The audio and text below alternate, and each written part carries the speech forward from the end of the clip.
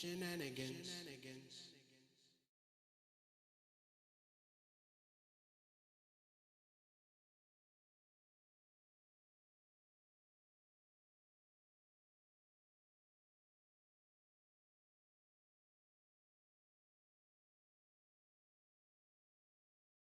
Truth, lies, shenanigans. Truth, lies, shenanigans.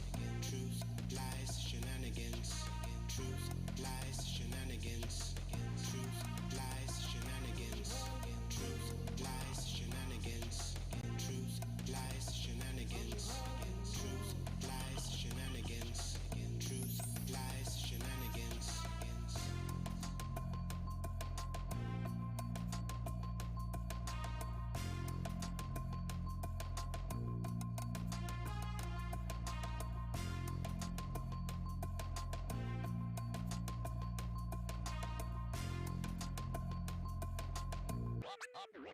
Oh yeah!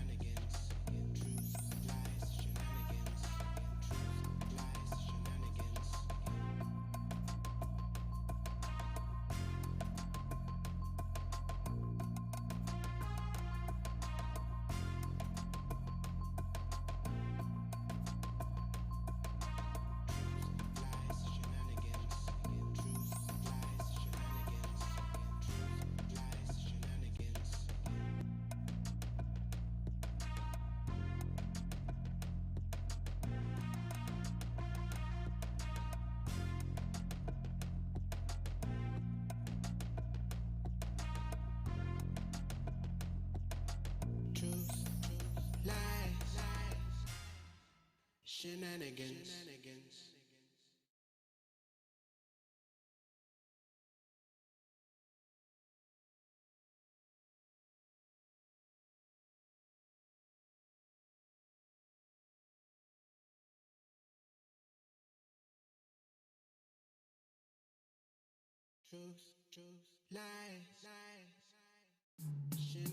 Truth, lies, shenanigans. Truth, lies, shenanigans. Truth, lies, shenanigans. Truth, lies, shenanigans.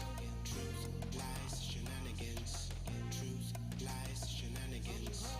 Truth, lies, shenanigans. Truth, lies, shenanigans. Truth, lies, shenanigans.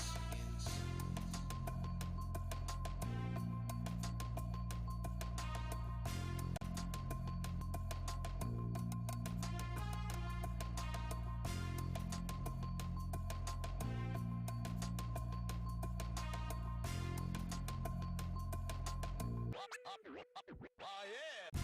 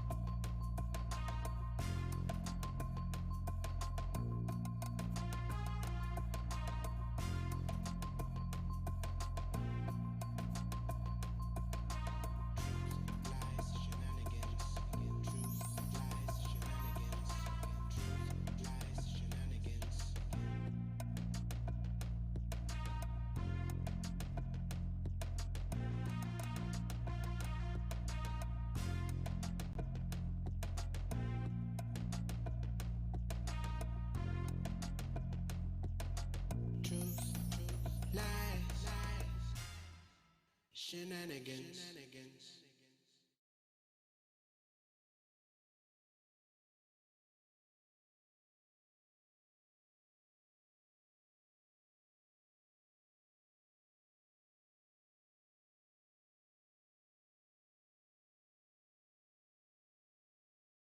Truth, lies, shenanigans. Truth, lies, shenanigans. Truth, lies, shenanigans. Truth, lies, shenanigans.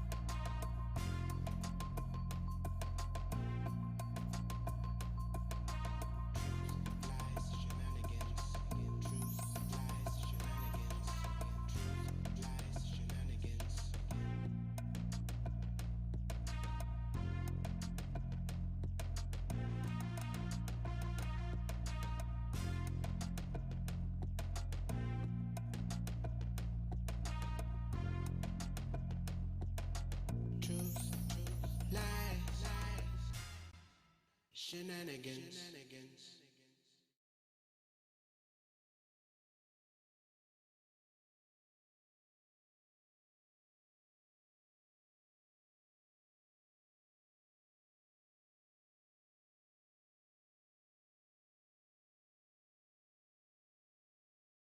Truth, lies,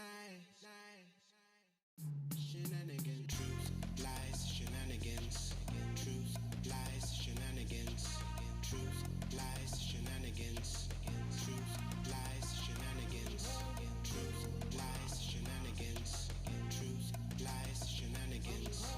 Truth, lies, shenanigans. Truth, lies, shenanigans.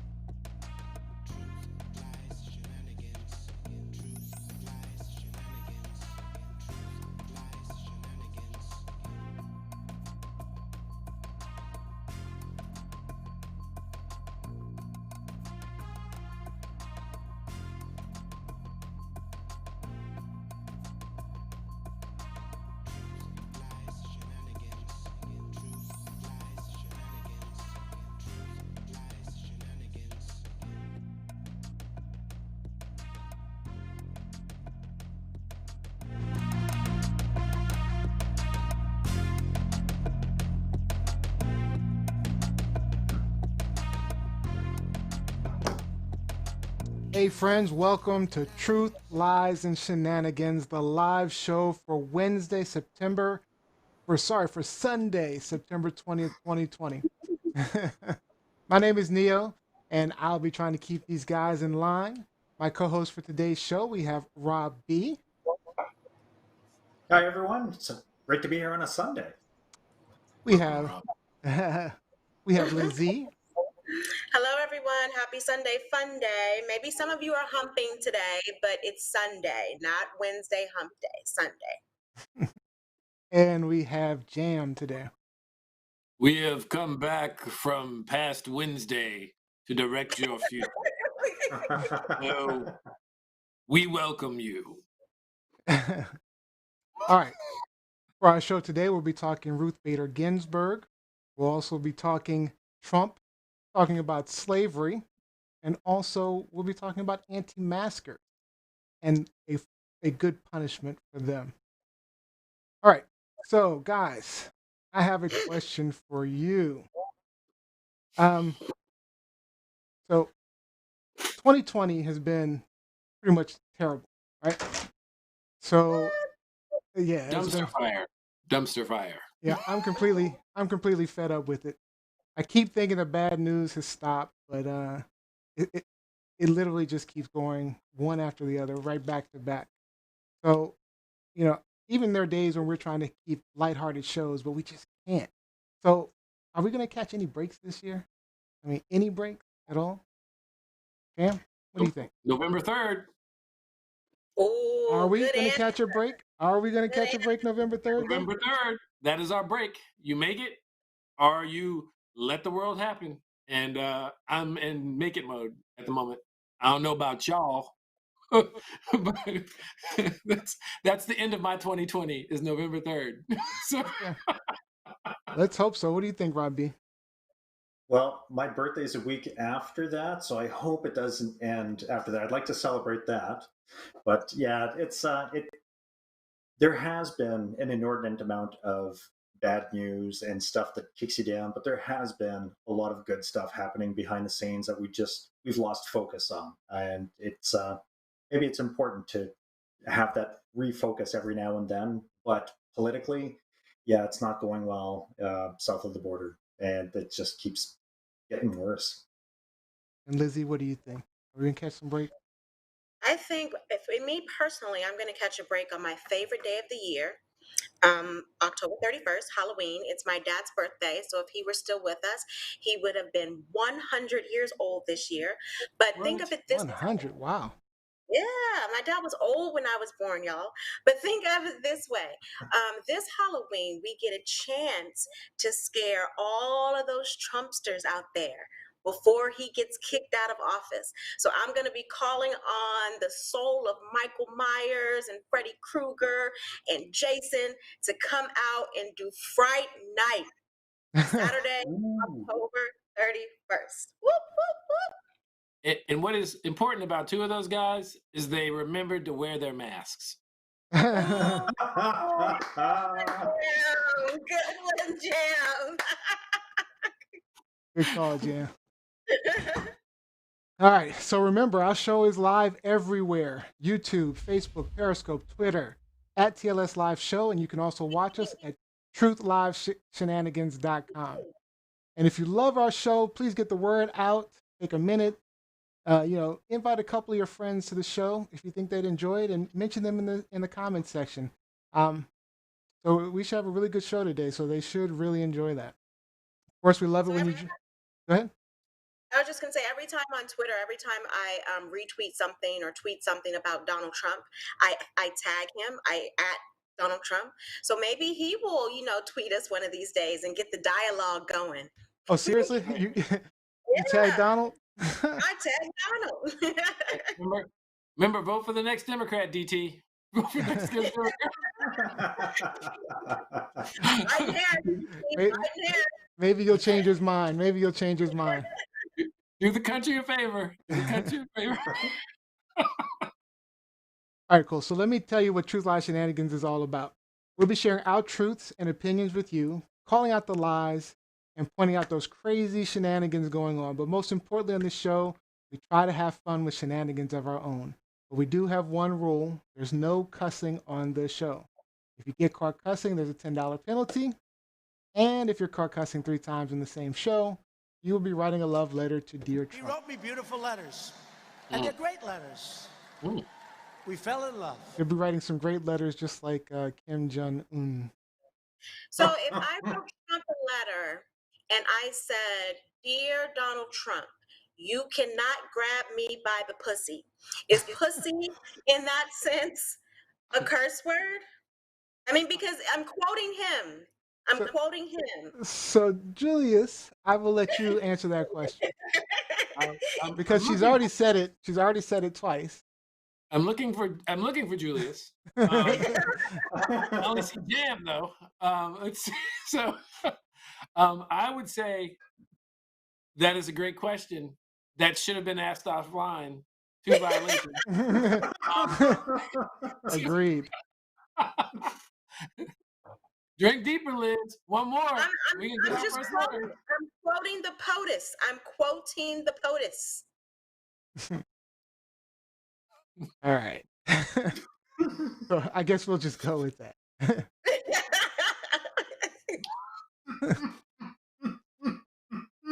Poor Rob. He's like, first it was penis envy, now it's grab her by the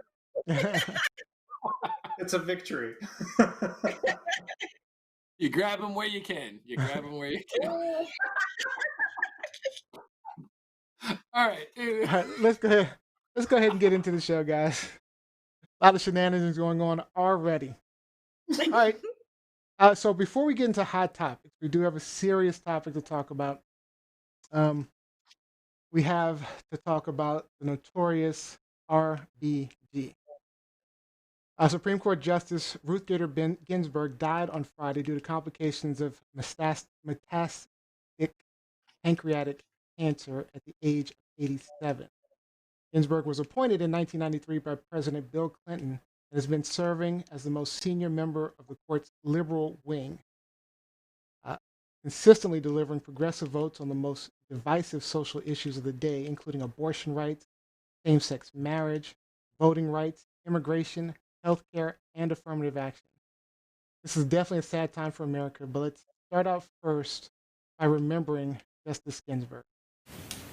In my lifetime, I expect to see 3 4, perhaps even more women on the High Court bench, women not shaped from the same mold, but of different complexions.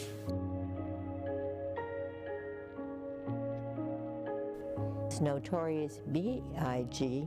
and I had something in common. We were both born and bred in Brooklyn, New York.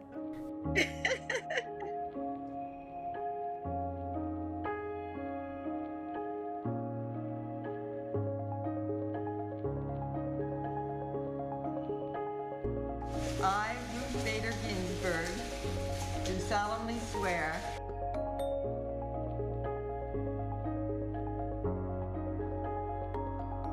I ask no favor for my sex. All I ask of our brethren is that they take their feet off our necks. Amen.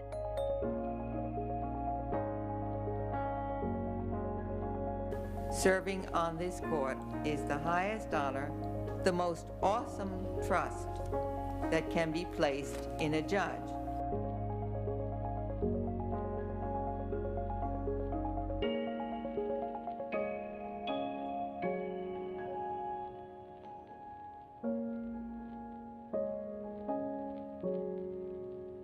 People ask me sometimes, when do you think it will be enough?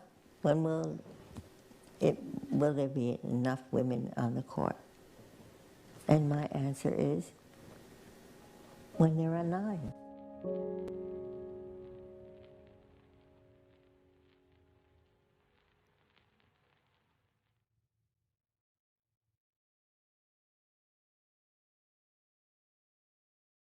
Amazing woman. Before we go into what her untimely passing is set in motion, let's talk about her a bit. Who she was, what she's meant to the country over the past 27 years as a justice. What are your thoughts? Let's start with Lizzie. A champion, a lioness for women's rights, for equal rights, for rights for people that don't necessarily look like her or her former husband. Her husband died, I believe, in 2010. Martin. They were married for 56 years, which is unheard of, Married at in 18. today's world. But she was a champion for the human race, for everyone to be treated fairly, equally, and given a fair chance. And so it's dismayed me a little bit over the past couple of days since we heard of her passing on Friday to see some of the pushback that's been out there against her. Mostly partisan pushback, mostly pushback in terms of differences in ideologies and things like that, without acknowledging all she did for women in this country, especially pushback coming from men who are married to women, who have mothers, who have sisters, who have daughters, but also from other women who have come out and said some awful things about her and the fight that she has put forth in her career, especially when it came to abortion. But this is someone who, in her time on the bench, in her service to this country, she never backed down from a fight.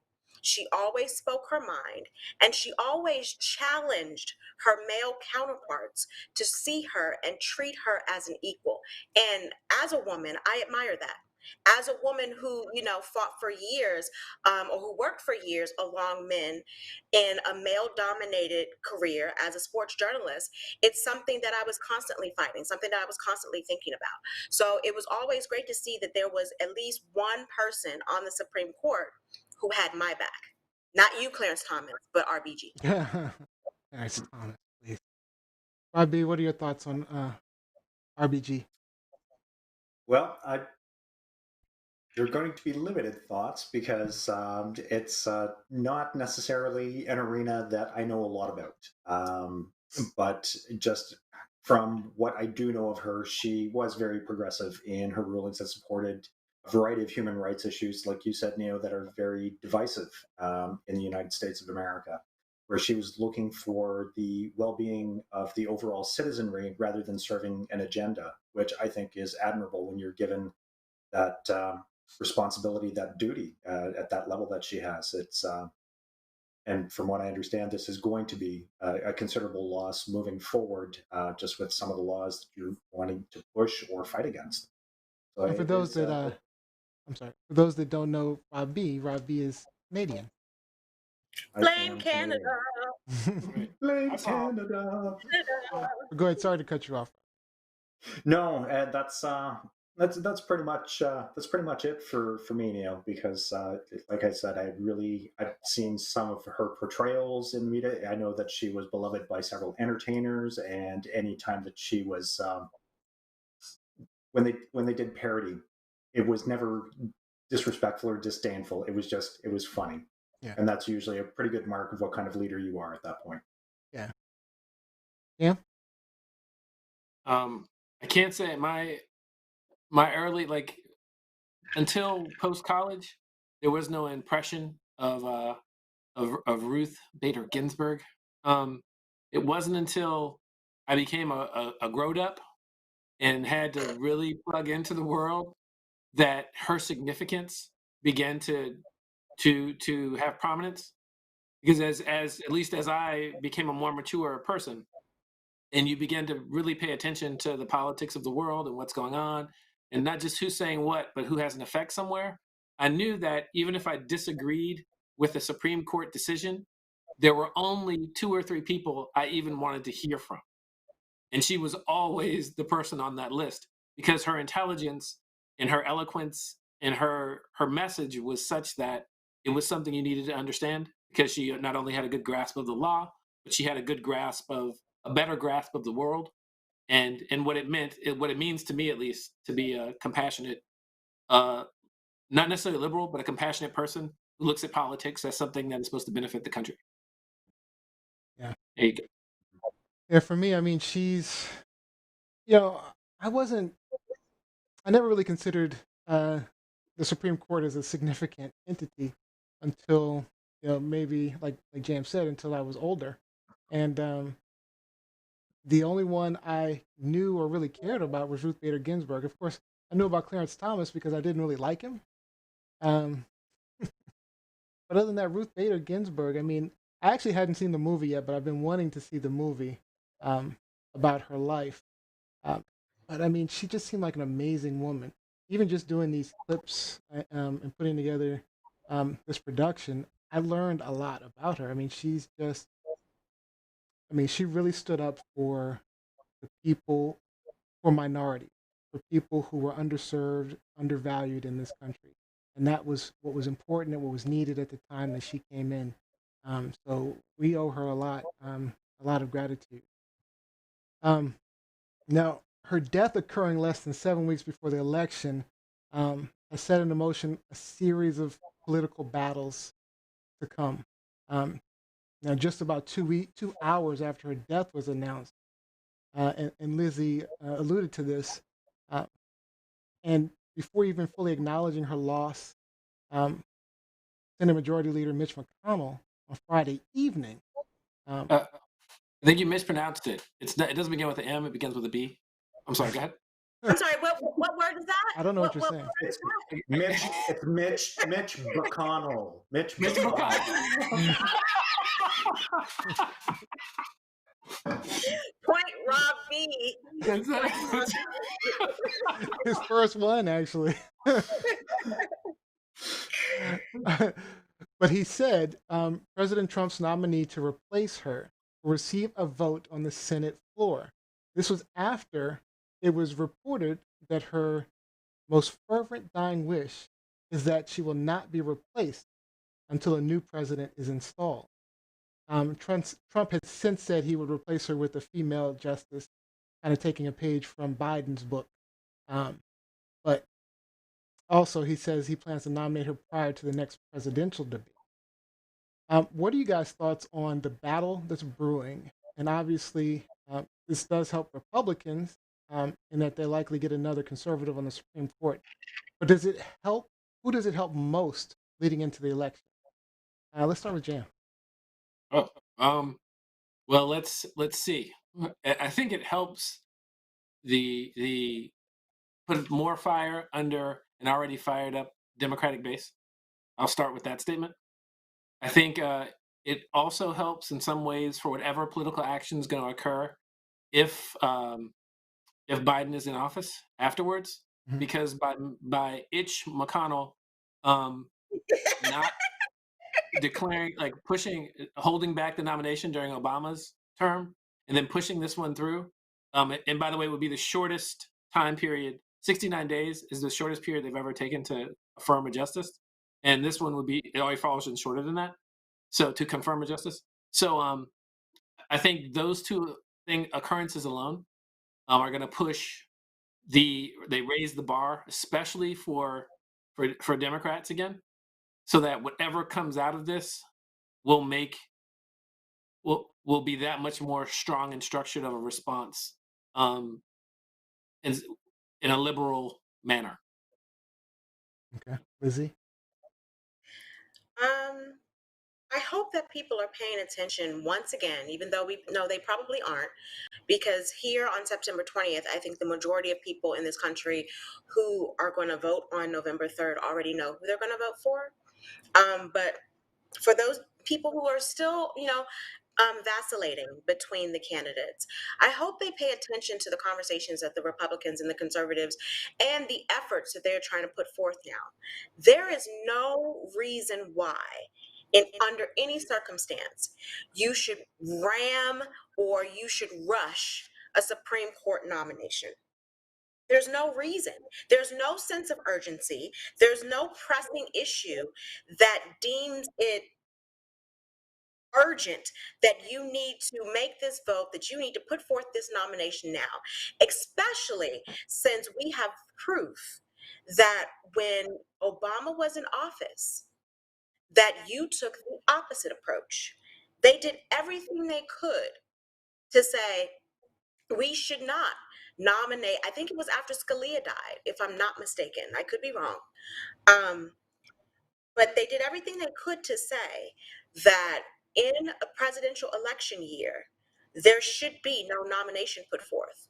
The incoming president should make the decision for the nomination, not just Mitch McConnell, not just Ted Cruz, not just Mark Rubio. There's a whole list of Republican senators and congressmen who shared these same sentiments, including Lindsey Graham. Let's not And forget now when they, Obama went out. they're flipping it. They're flipping it. Mhm. And so this has nothing to do with who they want to, who they feel is the best nominee for that Supreme Court seat. This Right. is all about partisanship. This is all about politics. This is all about, we got to get one more conservative on the bench before it's too late. And that's a shame. That's really a shame. And this is another reason why, for all of you out there who continue to think that your vote doesn't count, this is another reason why you need to get up off the damn couch and vote. When you vote in the general election, you're not just voting for president. You're Right. voting for all of these other things Yep. that come with the presidency and the White House and the administration.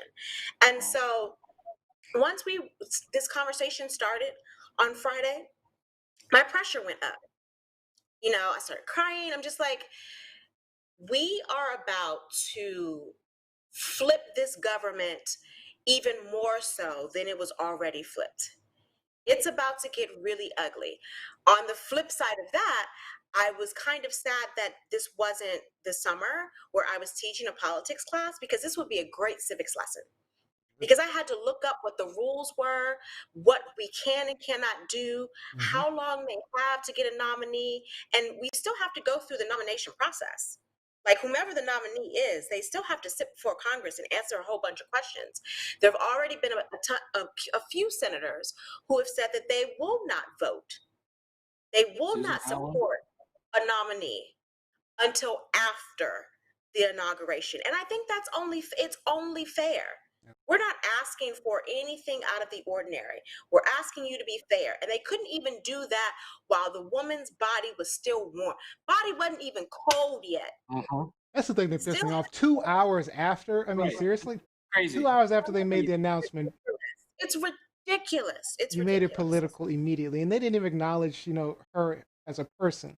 I just want to say, as far as the voting, don't forget senators, House representatives are very important. Local elections, very important. So even the general elections, although the general election is important, we need to be at every election every single year. There's an And, election in your location, be there and vote. and if we have any viewers out there who are from Kentucky, who are from South Carolina, God, yeah. look at Lindsey Graham and Mitch McConnell and what they're doing now. These are your senators, and they are up for reelection. This is disgusting behavior. Absolutely disgusting. Not that they haven't been acting in a disgusting fashion all year, but this is the tip of the iceberg, the cherry on top. You have an opportunity to change this. Robbie, before I get to your thoughts, let me do some comments online. I just want to say that some people online said that, Lizzie, you had a violation for your quote, the P word. Power I to mean, the people. technically, how am I going to have a violation, one, for quoting someone, but but also but for something that I have? I have a there, pussycat in this apartment. there are a couple of people that agreed with you. So Well, let's see. I was going to read it. Jacqueline Robinson, a female nominee, is who is absolutely hard and approved by Russia. Sly, RBG left a huge legacy and did so much good. My only disappointment is how she upheld the doctrine of discovery. Mike Winter has posted a few different RBG documentaries up there, so if you guys scroll through, you'll be able to get to them. Kevin Thaxton, yeah, after Scalia. Jacqueline Robinson, they figured they were going to lose big in November, and they want to ram through as many unqualified judges as possible. And Mike Winter is about power grab instead of doing things that make people want to vote for you. Daria, vote top ballot on down ballot. and Kevin Thaxton liked Mitch McConnell. What did you say? I didn't hear that. What did you say? Mitch McConnell. Mm-hmm. Mm-hmm. Robbie, what are your thoughts on the battle? This close. You're this close with this. It's, yeah, really you have a seat of power that doesn't have a strong reputation for following procedure or doing what's ethically correct. So I think that we're going to see a huge fast track to get a pawn into place. We're looking. Number 45 is looking at Pawn is a good word. He's looking at obstructing the electoral process as much as possible this November. And if he can slot in a seat that's going to support his agenda and any challenges that he has, I mean, he's been quoted as saying he's not going to step down until until it's done. So he's going to do everything he can to railroad this and to extend it as long as possible. And we're seeing it. And this death, unfortunately, just plays into that agenda. And from the outside looking in, that's scary. Yeah. Well, go ahead. I'll let you jump in before. Okay. Keep in mind that if, as I understand the politics correctly, just because we now have 9 justices doesn't mean 9 justices is where it stops. Am I correct in that? Like we are not tied as a country to 9 justices. They can appoint more if a new president or even an old president decides to. I'm not aware of that. Again, I have to go check on my civics. That's new information. Where are you getting this from? Where are you getting this from? At one point, there were 13 justices on the Supreme Court, and they pulled the number down because a similar, I don't know what started it, but a similar process occurred. So I don't think there's an actual limit on the amount of justices that can occur. It's just sort of one of those gentlemen's agreements that has been trashed over the last decade and a half or so. Interesting. But I'll see if I can dig up some more information and come back to the group as well. Yeah, if you can dig it up before we close this out, try to see if you can find something. All right. So the question that I have for you guys: does McConnell have the votes to make this happen? Because it's not clear. It's not clear cut. There's a 53-47 majority right now in the Senate. Republicans changed the rules recently, though, so the simple majority vote is all that's needed. That's all they need is a simple majority, meaning a 51-50 vote. So it used to be, by the way, a supermajority, which would have been a 2/3 vote. Now, one Republican vote, Maine Senator Susan Collins, she is in a re-election race right now, and she's struggling in major part because of her deciding vote to confirm Brett Kavanaugh. So she probably doesn't need to be voting on any Supreme Court justices just before an election. There's also Alaska Senator, and Lizzie alluded to this as well, Lisa Murkowski, Alaska Senator Lisa Murkowski. She just before Ruth Bader Ginsburg's death was announced, she said that she would not vote to confirm a Supreme Court nominee 50 days before an election. So she publicly said that just before she passed away. And then, of course, there's Utah Senator Mitt Romney, who would likely stand on the side of what is right and proper, as he has been against Trump. Also, there is word that Mitt Romney is being considered as Biden's Secretary of State. So he probably would be. Anyway, that leaves a 50-50 split, with Mike Pence potentially breaking the tie. And that doesn't include possible defections of Democrats. So do you think confirmation is in the bag for Trump, or will it be a fight in the Senate? What do you think? First of all, your last statement there kind of scares me. Defection of Democrats. Listen, y'all mofos need to get in line and recognize and do what is right. This is That's not what the time. that's the Republicans did. This is not the time for that, Dems. This is not the time. Now is not the time, in the words of Martin Lawrence. Now is not the time. But also, I don't trust Susan Collins. Yeah. She's a notorious flip-flopper. Mm-hmm. So what she says now could be totally different next week, tomorrow, tonight. I think, it's good that she has put out there that she will not, support this. However, I don't really trust her. Well, Susan Collins did not say that she would not support it. That was McCursky. Susan Collins did come out with a statement. She did? So okay, I didn't catch that. Okay. She did come out with a statement. I just don't trust the statement.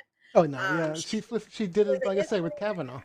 Yeah, she's a history of I have a different this one with her. I feel a little differently because that election is so close, and she needs like the Democrats who are still voting for her and those independents who may or may not believe her word. Like this, we're literally at that election. So I think Susan Collins, and she's already been called out for doing what you guys were just talking about. So I think this election is where we see Susan Collins pretend she had a backbone for the last 4 years. And so, like, she can be like, what I said. I think it'll come down to when the confirmation hearings occur. I mean, they'll probably happen close to election time, but if it drags on past election, we're done. But also, too, I think this is an opportunity and Biden has made a couple of comments, but this is where Biden and Kamala Harris need to really stand up and really make their voices heard. I agree. And really get out there and make a statement about how ridiculous this process has become. And reach out to not only, us as voters, but also their constituents on the Capitol.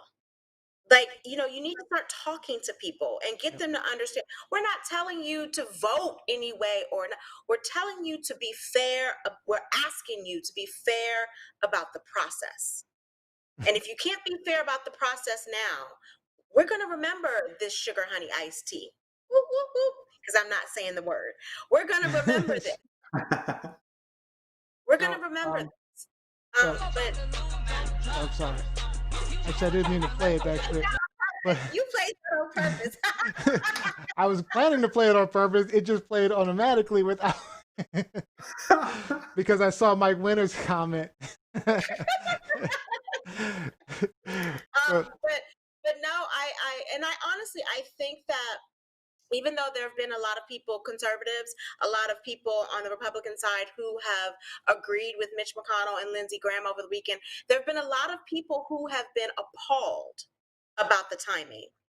And there was no reason why they couldn't wait until Monday.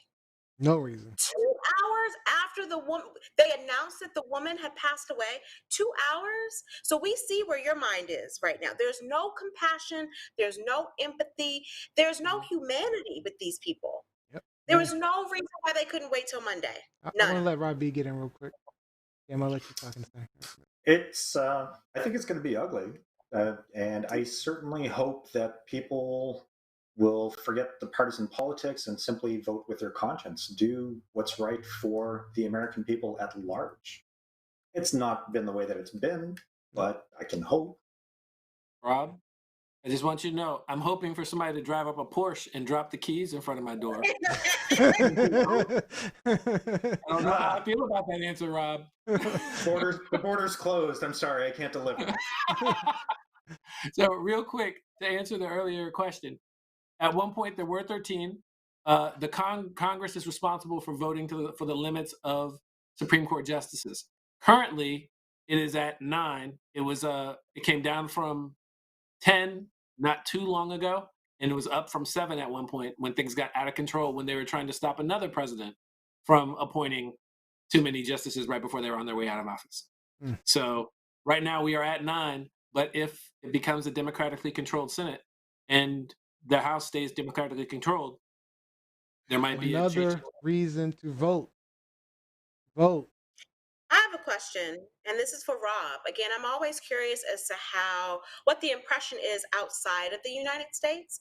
So, what's the conversation in Canada about her passing and the implications of what could happen with our government with her passing, if there are any conversations? I can't say that I've been part of any of those conversations since Friday. Just a few conversations at home with my wife, and these falling in line with the education process, learning what the implications are. And that's it. Like, really, just it's really unfortunate timing for something like this to happen, for more shenanigans from your BOTUS. All right. I saw one comment really quickly, Neil. I saw one comment online where someone was asking, couldn't her family have just waited to make this announcement until after the election? And then we would have. That would be like impossible to wait that long. Impossible. One, because she's Jewish, and so the Jewish faith tends to bury their fallen very quickly. But also, Ruth gave everything she had for as long as she could. She tried. I mean, she was a trooper. She wanted to retire. She wanted to retire. If Hillary had won in 2016, she would have retired by now. But she was trying to hold on to that spot until Trump was out as long as she possibly could. I mean, she's had several bouts of cancer and fought them off. So, I mean, you talk about a strong woman. She is, I mean, RBG is a strong woman. I mean, she should be synonymous with a strong woman. And she gave us all she could. I think everything. Now it's us. It's up to us. It's on us. Everything. At this point. I do want to say before we close out, the only saving grace I think we have is I think Trump will try to intentionally go for a moderate pick, simply to try to appeal to some independents that they've lost. I mean, he's already said that he's going for a woman, but I think he'll try for a moderate pick. I mean, they would be stupid to try to just simply straight cater to their own base continuously. But again, we are talking Trump, so we know what that means. But I still think he'd be stupid to just do another straight conservative. I've heard talk about 2 of the women who they're considering, and at least one of them they're worried about because they're like, she's still a bit of an unknown. She might do some liberal stuff. So it's gonna be it's already on, and maybe you'll bring a QAnon friend in. Right. Also, the pick after Scalia died. He's not as conservative. I think it's Roberts. Gorsuch? He's not. You talking Gorsuch? Is that who you're talking about? Is it Gorsuch? Or are you talking about the one? You talking about the one on the? No, you're right. You talking about Kavanaugh? Or are you talking about one more? The one before Kavanaugh, the one who isn't as conservative. Yeah, he's not as they thought he was going to be. That's true. And so we could also see that, unless they pick someone from alt-right, you don't know what you're going to get. Maybe they pick someone who does have a conscience. That would be amazing. But I mean, right now it's scary. That's all I can tell you. I think Roberts has been a surprise because I think some of the decisions he's made. That's what I'm talking about, Robert. That's what I'm talking about, Robert. He's been a Chief Justice for a while. Yeah, okay, but he's made decisions that are more about keeping the country from exploding than from maintaining the conservative agenda. Yeah. So Yeah, I think he's been more moderate than conservative, which is good. All right, so let's close this out. Again, rest in peace, Ruth Bader Ginsburg. Wonderful, wonderful, wonderful. All right, we're going to move on to our hot topics for the day. Truth, lies, shenanigans.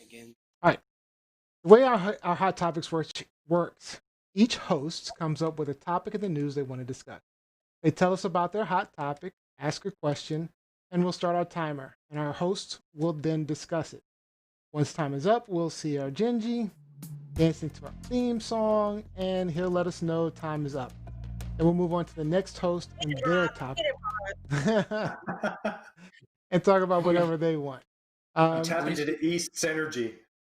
Now, today, our hot topics will be from Lizzie and Rob B. Now, again, make sure you're sharing your thoughts and feelings and questions online. We'll be listening and responding. And today, let's start with Lizzie because it rolls right into what we've been talking about. It's a perfect segue. Truth, lies, or shenanigans, by the way. At this point, I feel like all of my topics are truth and shenanigans. Probably more shenanigans than anything else. So on Thursday, the president announced that he is going to enact a resolution or proposition or whatever terminology he used that will forbid or that will put clamps on what we do with our education system as it relates to teaching the history of slavery in our schools. So I know you have a video, but even before the video, I just want to read a quote that he used in one of his speeches over the past couple of days on this topic. He said, "Critical race theory and the crusade against American history is toxic propaganda. Ideology poison that, if not removed, will dissolve the civic bonds that tie us together." He said that slavery, as it's taught now, is a liberal hoax, and it's meant to divide the country and make our white population in this country feel bad about their identity and who they are. So I want you to look at this video of that Neo has put together of him talking about Trump talking about this very topic, and then I'll come back and get some The president risked inflaming tensions further, attacking education programs that teach kids about the lasting impacts of slavery, saying they make students feel ashamed of U.S. history. The left has warped, distorted, and defiled the American story with deceptions, falsehoods, and lies. Donald Trump vowed to use the power of his office to develop what he called a patriotic curriculum. Statements that came after his attorney general dismissed the Black Lives Matter movement. They're not interested in black lives. They're interested in props. A small number of blacks who were killed by police who they can use as props to achieve a much broader political agenda. And then said this about pandemic restrictions. Other than slavery, which was a different kind of restraint, this is the greatest intrusion on civil liberties in American history. That dude really pisses me off. I'm sorry. Go ahead, Lizzie. No, so my question to you all is, what is offensive about teaching the truth, the real history of slavery in this country? And I say that, and Rob may not know this as a Canadian, slavery as it relates to history is not a huge part of the American education curriculum.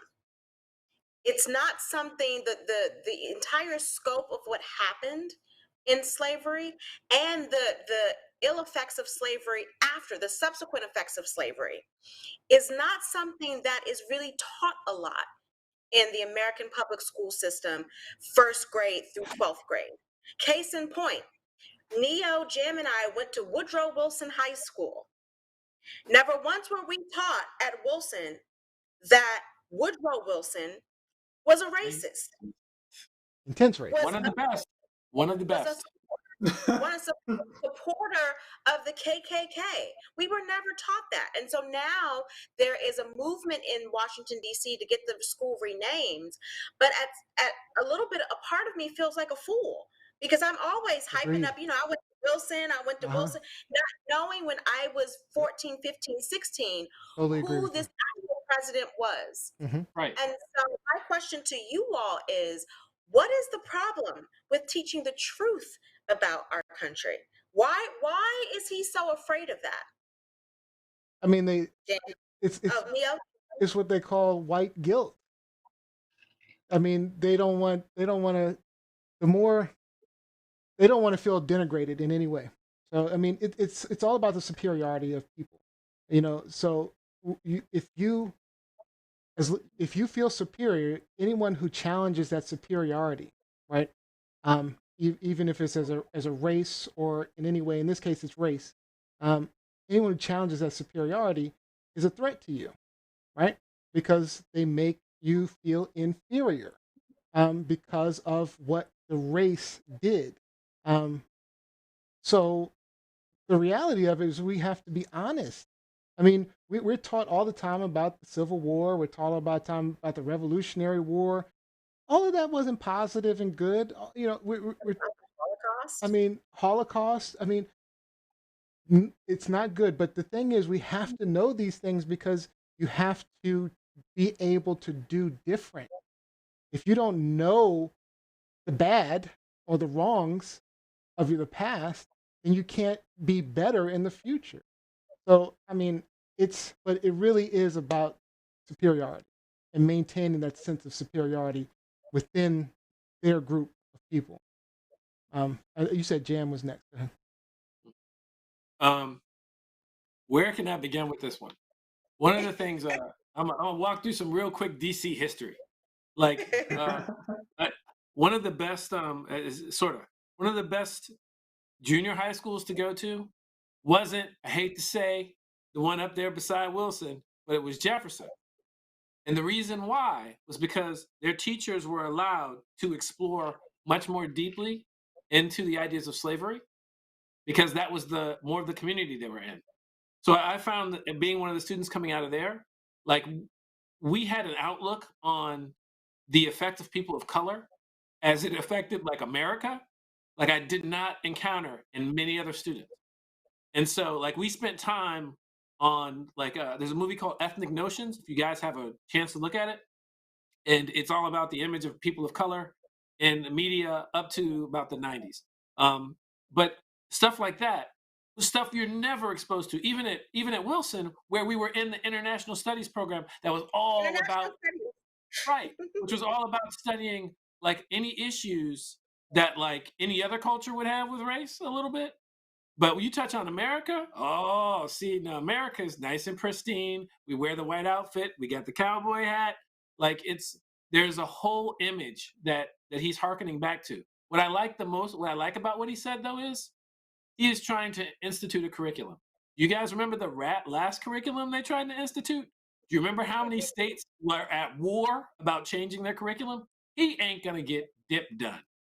That is the most encouraging thing to It's me. not even about getting a curriculum done. This is conversations he's having with his base. These are open conversations that he's having with his base. He's talking to them. And this is also an affront to the 1619 Project, which came out, I believe, 2 years ago, if I'm not mistaken. And it's a long form New York Times piece about the founding of the US that relies on tenets of critical race theory. And it talks a lot about race, slavery, and the history surrounding that. And Trump immediately had a problem with that. So he Mhm. has put forth an effort to get it eradicated from schools. He doesn't want it taught in schools. And this goes back to his primary premier agenda, make America great again. He's starting to show, because when you talk to people in this country and ask them, what does MAGA mean? What does make America great again? They really can't tell you. They get really quiet. But now he's starting to let it out Mhm. what he's talking about. about his white supremacist views, about how he, is in favor of a white agenda, how he is in favor of not talking about the ills of slavery. And when he, refers to the founding fathers, because I think he wants to call his initiative the 1776 agenda or something like that. It's like, if you think about the founding fathers, hello, they were slave owners. Mm-hmm. So you're not even trying to tell the truth about the people that have spearheaded your agenda. It's ridiculous. It's absolutely ridiculous. Let's get Rob B up in here. You've got about 90 seconds. Okay. So I see a very divided nation, and the way that you keep people divided is by keeping them ignorant and fearful. If you teach them, if you give them the right information, I can be on the other side of the information. But if I'm a critically thinking adult, I can look at it and perhaps learn a little bit more from it. I think what he's doing is absolutely shameful, trying to squelch this, because in Canada, we've taken a very different approach towards our curriculum. We've been looking at we have introduced the residential school situation into the Canadian curriculum. It is a shameful part of our history, but we own it. And now we're going to talk about it with our kids in the schools so that they understand what they did, why Native Americans in our country are in a hard spot in so many ways. So it's that education component that you need in order to understand an issue. And if you're going to suppress it, then and when he's talking about his new curriculum, he's talking about a patriotic curriculum. Yeah. To me, that tells me that that's a white Christian agenda. Yep. And that scares the Jesus out of me, because if you want to be absolutely right about something, you get a higher power behind you. And when you start pushing an agenda like that, Hitler was a devout Catholic. He had an agenda. He wanted to teach a certain way. Cam, you got any comments online? Quite a few. Daria Winter. What colonists do is replace the history to their history. Is always about the teachers. All were bound by the same curriculum. Ethnic notions could have been taught at any of the schools. Jacqueline Robinson. First of all, this idiot was not empowered to change. Doesn't have the power to change the curriculum. I've never seen so many folks so butthurt about a project that examines the history of slavery. Mike Winter. Canada is so different. Even Germany teaches about the Holocaust. You skipped over Jose. Julius is a hater. Jose. Oh, true. Jose, our prime minister has apologized many times to the indigenous people. To Mike Winter, hater but true. It's the worst type of hater. Kevin Thaxton, next stop, authoritarian government. Doors opening on the right. Watch your step. Ribka, oh Lord, can both chubby men have a heart attack for all I care? That's funny. Very quickly, and I know we're out of time, but very quickly, Rob touched on an important point, talking about how history is treated in Canada. It's very similar to Germany. We all know what happened with Germany and Hitler and the Holocaust and the effort to eradicate Jews. Germany does not hide from that history. Right. Germany teaches that history. It is illegal in Germany to have a swastika. It is illegal in Germany to say Heil Hitler and to put forth an ideology that promotes that. So I don't understand why here we are shying away from it, where we have countries that accept their role and are trying to learn from it. I just want to point out a couple more. Just Jose said he's a coward, and it's not about him. And it's not about him unless it's about Trump. Trump doesn't care.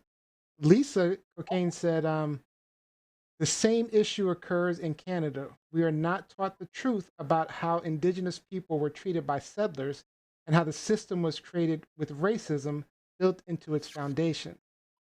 Ron.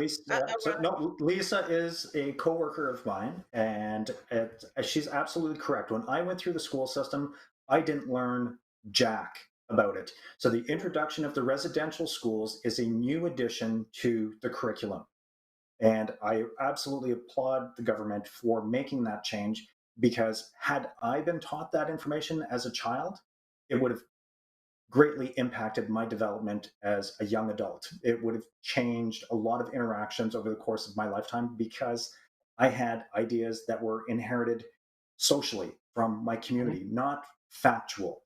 So I was influenced by people who didn't know any better, and that shaped my thinking. If you would have given me good information as a kid, I could have learned a better way. I could have even taught adults in my circle a better way. Good point. And Really real, tight on real time. quick, real quick. We still haven't even talked about. We've talked about black people, African Americans, but we haven't touched on the internment camp, the Japanese internment camps. Yeah. We haven't touched on like many of the way migrants were treated. There's so much. No, that we're out of time, guys. We're gonna have to let this one agenda go. We're going to come high. back. We're going to come back. I just want to say the average American doesn't even know about the Japanese internment camps. Right. That's a whole other conversation. Yeah, you can bring that up on next week. Yeah, get a hot topic on that one. All right, we have Read to. No No Boy. Read No No Boy. Read No No Boy. All right, Robbie, we're gonna go quickly through this one, Robbie. It's a really important topic, though. Think we need to hash it out, and it'll lighten things up a bit too. Robbie, is this a truth, lie, or shenanigans? Well, it's I haven't actually been able to confirm it on any of the major media outlets, so we'll call it I Want to Be Truth. But it's an introduction of a great topic for discussion. I love it. So the story, as it goes, is that the one of the police officers in the Java region, in Indonesia, decided to penalize anti-maskers by participating in the grave digging for the burials of the COVID victims. And the story goes that they only have 3 grave diggers in the region. So by forcing this type of labor, well, you're not fining people, you're not making them financially destitute, but you are forcing them to be part of the solution, part of the aftermath. So here is a direct consequence of not wearing your mask. So my question to the co-hosts would be, is this a policy that should be in effect rather than having fines in place for large gatherings, having really strongly worded conversations? If law enforcement could just say, hey, you know what? You're not wearing your mask. Great news. We've got 5,000 more graves that need digging in New York. So come on over. I just want to point out, in my research, there were more sources for that topic, so I think it's accurate. Excellent. Thank you. Cam, did you want to start things off? Oh, I mean, this one pretty much speaks for itself. Wonderful, accurate punishment. You little Bamas, okay, do your thing. Here's your shovel. Like, we have to put up with all these other shenanigans from you. And if you're going to tout that nonsense, great, tout on. You dig that hole first. And the people who died from this, you talk to them because they actually want to hear it, maybe. And like, it's such a well constructed punishment, in my opinion. It speaks to everything that's of importance. And I'd like to point out that when they're reporting for work, these people are in full plastic suits, the masks, the goggles. It's not just wearing a mask to safely go to work now. You're completely suited for biohazardous protection. And I want to just say they're definitely I lost my train of thought. Go ahead, Lizzie. Sorry.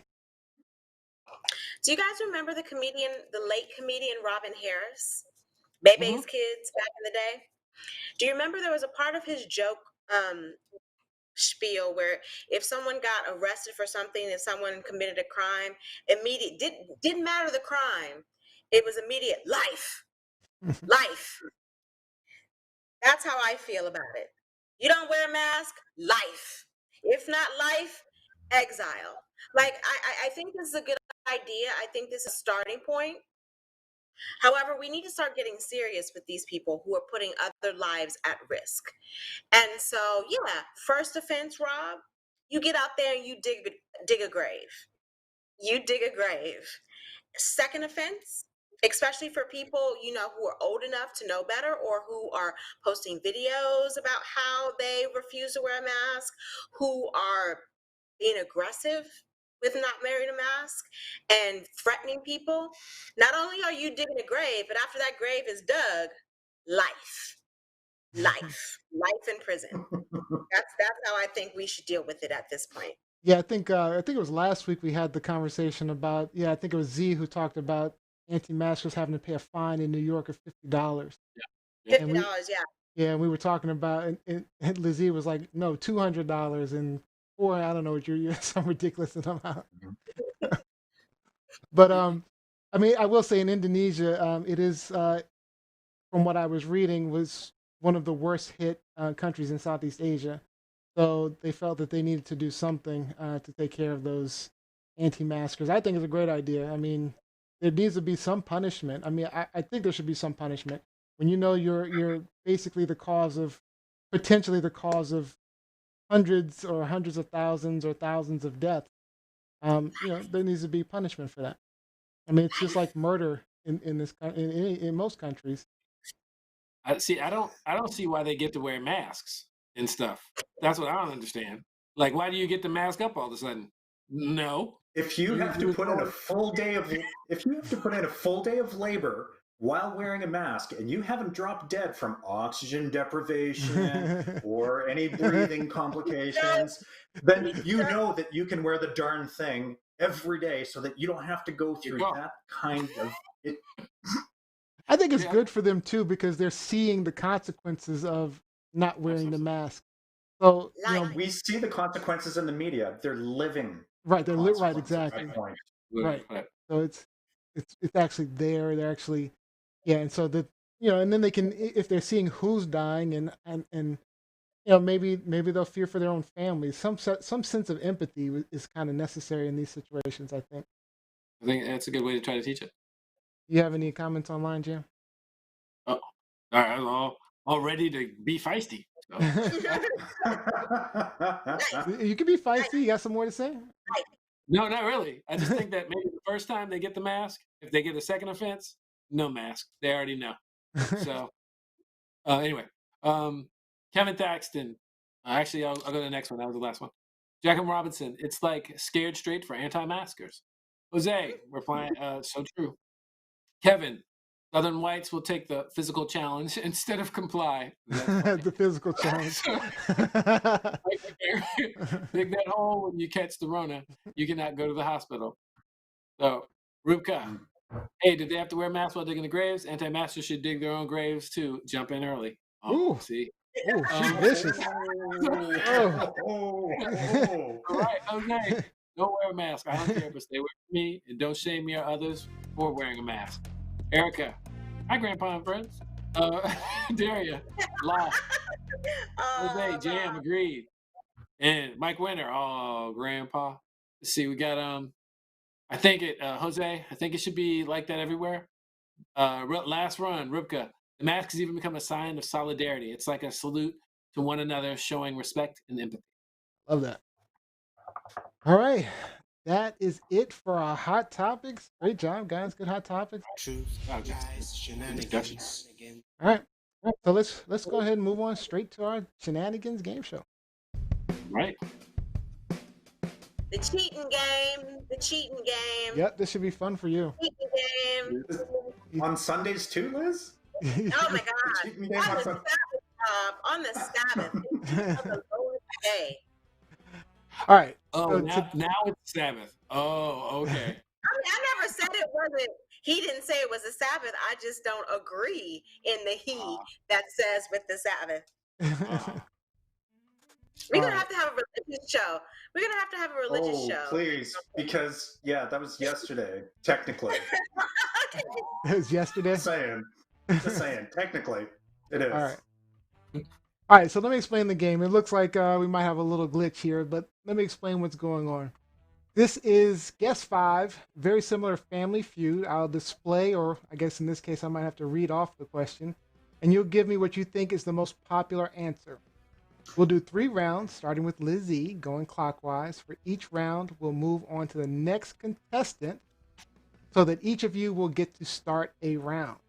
You're earned 1 to 5 points depending on the most popular answer. If you do not get one of the answers, you get 0 points.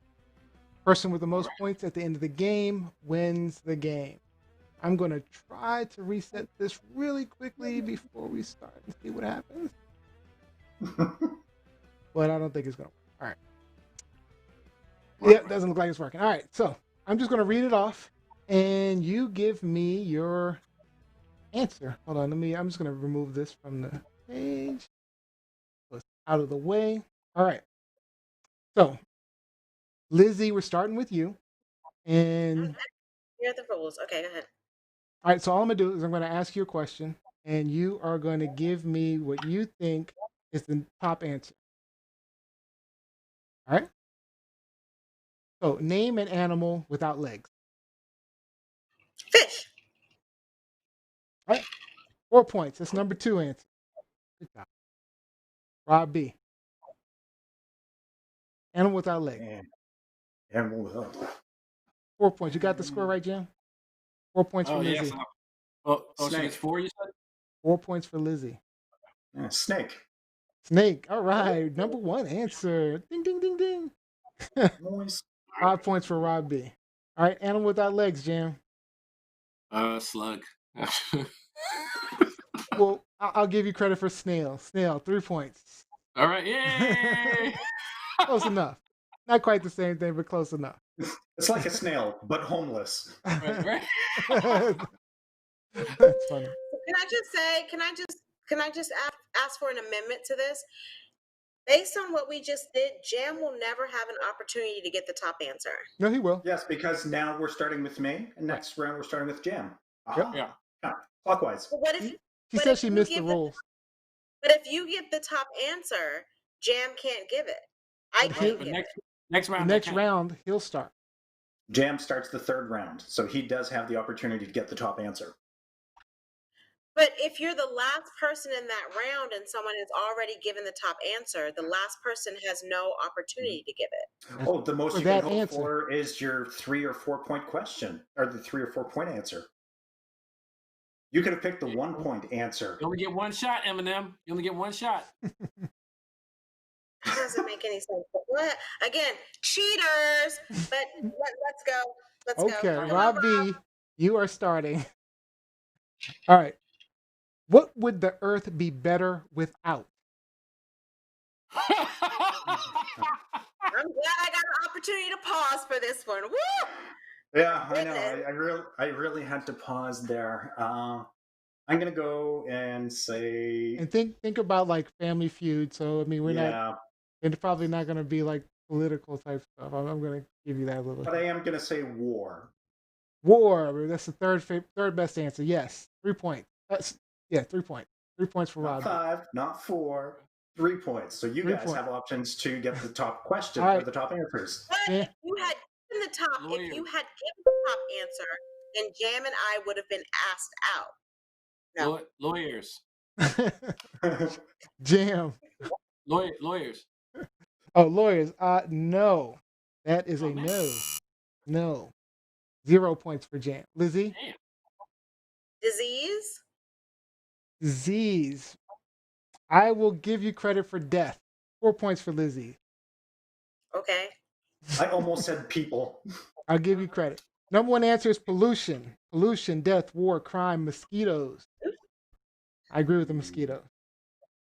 Oh, I didn't give the answers for the last one. Hold on, I didn't give the answers for the last one. The last one was hold on. Should have given. I feel like Steve Harvey in his first year on Family Feud. He kept messing up. All right. Animal without legs was snake, fish, snail, worm, whale. All right. All right, last question. What can ruin a picnic? Jam. Ants. Ants. That is the number 4 answer. So you get 2 points. 2 points. 2 points for Jam. What can ruin a picnic, Lizzie? Honestly, I have 2 answers, and I'm going to go with rain. Rain is the number 1 answer. 5 points for Lizzie. And Robbie? Unwanted guests. No. Wow, Lizzie blew you guys out there. You want to know what my other answer would have been? Bad potato salad. Oh, that would have been a better answer for the rest of the group here. All Personally, I was going to say a lynch mob, but whatever. All right, that's our game show. Sorry for the glitch. It would have been a little more fun if you could see it online, but sorry about that. All right, I guess that is our show. Let's do some shout outs before we close out, though. All right. All right. The shout out. Shout out to the Democrats. Get yourselves together. Get up off the couch. Stop being passive. Come on. Wakanda, y'all. Let's do this. Let's do this. For everyone else, be safe. Wear your mask. Live to see us on Wednesday. All right, Robbie. Shout out to everyone that's having a hard time right now, who feels like 2020 has been very difficult and trying. Look for those silver linings. They're out there. There are feel-good stories. Do something special for you. Get out before winter and fall really fall upon us. Enjoy that little bit of sunlight while we got it. All right, Jam. Shout out to the fam. Also to Rubka, Kevin, Mike, Jackie. Who am I missing? Jose, Erica, Daria. So Jose with an E at the end of it is French Jose. Oh, Jose. okay. But that's also the Brazilian version. That's also the Brazilian version. It's Jose in Brazil, in Portuguese as well. Interesting. Oh, cool. All right. And that's Lisa. I get you. And that is about it. Hope I didn't miss anybody. And 45 lies. Random shout outs are great, but feel free to share. I want to point out that Mike said Lizzie. Mike Winter says that Lizzie can finally win, so she won't be whining like usual. Y'all want me to finish this on a curse word? I'm just reading the comments. I'm just reading the comments. See, Mike, no promises, Mike. No promises. I will gather that up in a minute. Don't you worry. My shout out goes to my nephew, Owen. Owen is 9 years old today. So happy birthday, Owen. After we get off this here, we're going to we're having a party over here for Owen. So going to have a little fun afterwards. So looking forward to that. Costume party with masks. Yes. All right. So that's it for our show. We hope you enjoyed the show, got a little something off your chest, learned something, got a new perspective. Just don't forget to follow, like, subscribe at PLS Live Show. We need to get you on to our social media. Also, make sure you join us Wednesday, 8 p.m. for another great show with myself, Lizzie East, Rob B. And we are expecting a special guest. Keep an eye out on our social media for more information on the guest who's coming. And our final word goes to Miss Lizzie, who won. I thought I just gave it. Say what? I just thought I just gave it. Well, okay, so final word is them Bama Cowboys just came back and won 40-39.